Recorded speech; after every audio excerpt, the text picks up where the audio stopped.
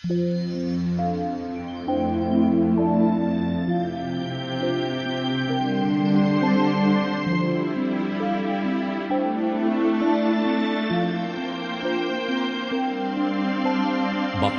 ang bumabasa at ang nangakikinig ng mga salita ng hula at tumutupad ng mga bagay na nangasusulat doon, sapagkat ang panahoy malapit na.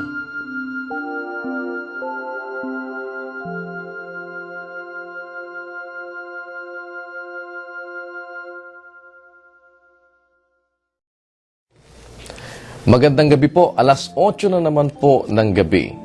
Kagabi, inumpisahan natin ang ating linggo ng pagbabasa ng Mateo 16. Tandaan nyo ho, nasa Kapitulo 16 na po tayo. Yung mga nakapag-umpisa at yun namang mga hindi nakapag-umpisa ng pagsabay sa atin tuwing sasapit ang alas 8 ng gabi sa pagbabasa ng Biblia, pwede ho kayo makahabol.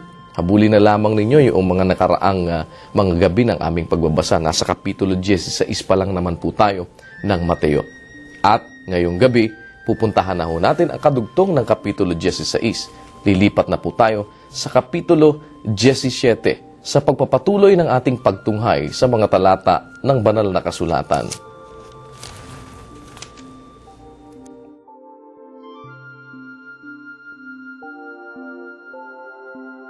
At pagkaraan ng 6 na araw, ay isinama ni Jesus si Pedro at si Santiago at si Juan na kapatid niya, at sila'y dinalang bukod sa isang mataas na bundok. At nagbagong anyo siya sa harap nila, at nagliwanag ang kanyang mukha na katulad ng araw, at pumuting tulad sa ilaw ang kanyang mga damit.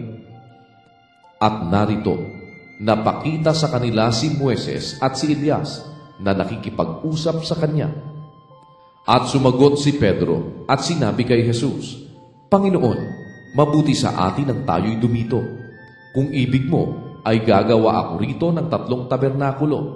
Isa ang sa iyo, at isa ang kay Moises, at isa ang kay Elias. Samantalang nagsasalita pa siya, narito, ang isang maningning na alapaap ay lumilim sa kanila, at narito, ang isang tinig na mula sa alapaap na nagsasabi, Ito ang sinisinta kong anak na siya kong kinalulugdan. Siya ang inyong pakinggan. At nang marinig ito ng mga alagad, ay nangasubasog sila at lubhang nangatakot. At lumapit si Jesus at sila'y tinapik at sinabi, Mangagbangon kayo at huwag kayong mangatakot. At sa paglingap ng kanilang mga mata, ay wala silang nakitang sino man, kundi si Jesus lamang. At habang sila'y nagsisibaba mula sa bundok, ay iniutos sa kanila ni Jesus na nagsasabi, Huwag ninyong sabihin kanino mang tao ang pangitain, hanggang sa ang anak ng tao ay ibangon sa mga patay. At tinanong siya ng kanyang mga alagad na nagsasabi, Bakit nga sinasabi ng mga eskriba na kinakailangang pumarito muna si Elias? At sumagot siya at sinabi, Katotohanang si Elias ay paririto at isasauli ang lahat ng mga bagay. Datapwat sinasabi ko sa inyo na naparito na si Elias at hindi nila siya nakilala, kundi ginawa nila sa kanya ang anumang kanilang inibig. Gayon din naman ang anak ng tao ay magbabata sa kanila. Nang magkagayoy na pag-unawa ng mga alagad na si Juan Bautista ang sa kanila'y sinasabi niya.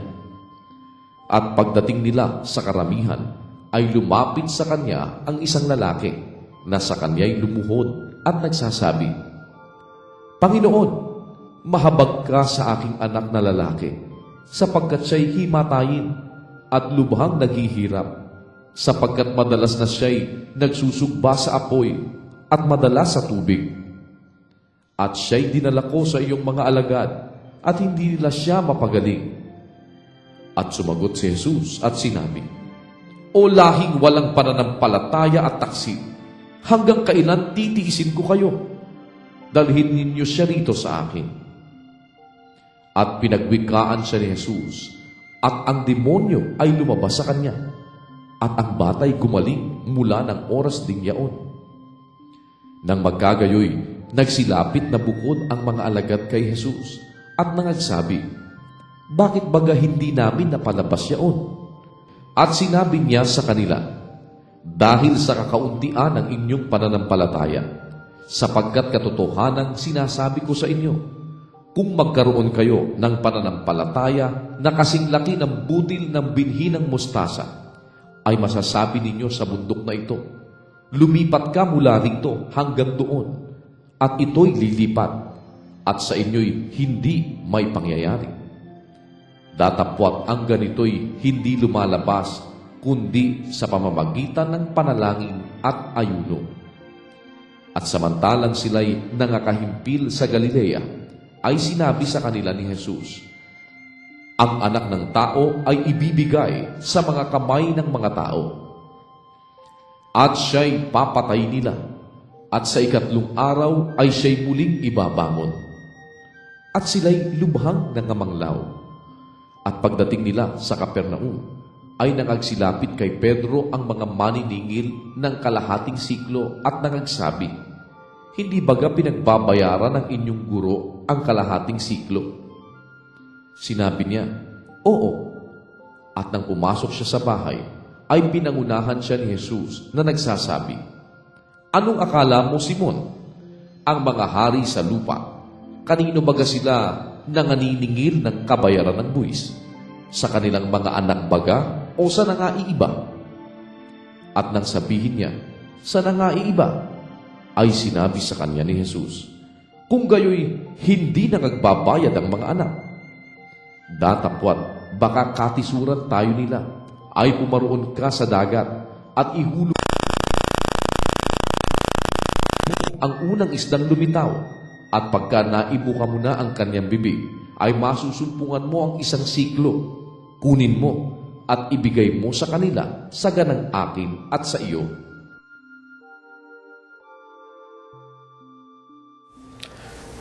Nakita niyo po, dito nakapaloob yung tungkol sa pananampalataya, tungkol sa pagkakaroon ng pananampalatayang kasing laki ng butil ng mustasa. Marami pa hong mga bagay tayo na natunghayan dito sa Kapitulo 17. Baka meron ho kayong hindi masyadong naunawaan o kaya naman ay maaaring gusto niyo pang mapalawak ang pagkaunawa sa mga talatang ating tinunghayan ngayon dito po sa ating binasa sa Mateo Kapitulo 17. Pwede po kayong magtanong. Sa atin pong mga linya ng telepono, pwede kayong tumawag sa palatuntunang Itanong Mo kay Soriano. Si Brother Eli Soriano po ay nakahanda na laging magbigay ng panahon para sa atin para mabigyang liwanag yung mga bagay na maaaring may kalabuan pa sa ating mga kaisipan. At sana kasamahan niyo po kami gabi-gabi. Wala ho namang masama dito. Kahit ano po ang inyong mga relihiyong kinaaniban, kahit na ano pang pananampalataya, ang inyo po na dinadala at tinataglay, alam ninyo, kung napapansin ninyo, yung mga nanunumpa na mga huwes, yung mga iba't ibang mga nanunumpa, nanunungkulan sa gobyerno, meron din ho silang pagkilala naman sa banal na kasulatan. Pag sumusumpa sila, inilalagay pa nila yung kanilang kamay sa ibabaw ng Biblia. Pero hindi ho sapat siguro yon. Mas maganda na alam natin kung ano ang nilalaman nito. Kaya sana, makasama niyo po kami sa maikling oras na aming inaamot sa inyo. Tuwing alas 8 ng gabi, tayo ay magbasa ng Biblia. Kahit ano pa kayong relihiyon, di naman ho masama na basahin natin ang mga talata ng banal na kasulatan. At sana po ay huwag kayong mag-aatubili na magtanong kay Brother Eli Soriano sa palatuntunang Itanong Mo kay Soriano at sa palatuntunang Ang Dating Daan. At huwag niyong kalilimutan, mapalad ang bumabasa.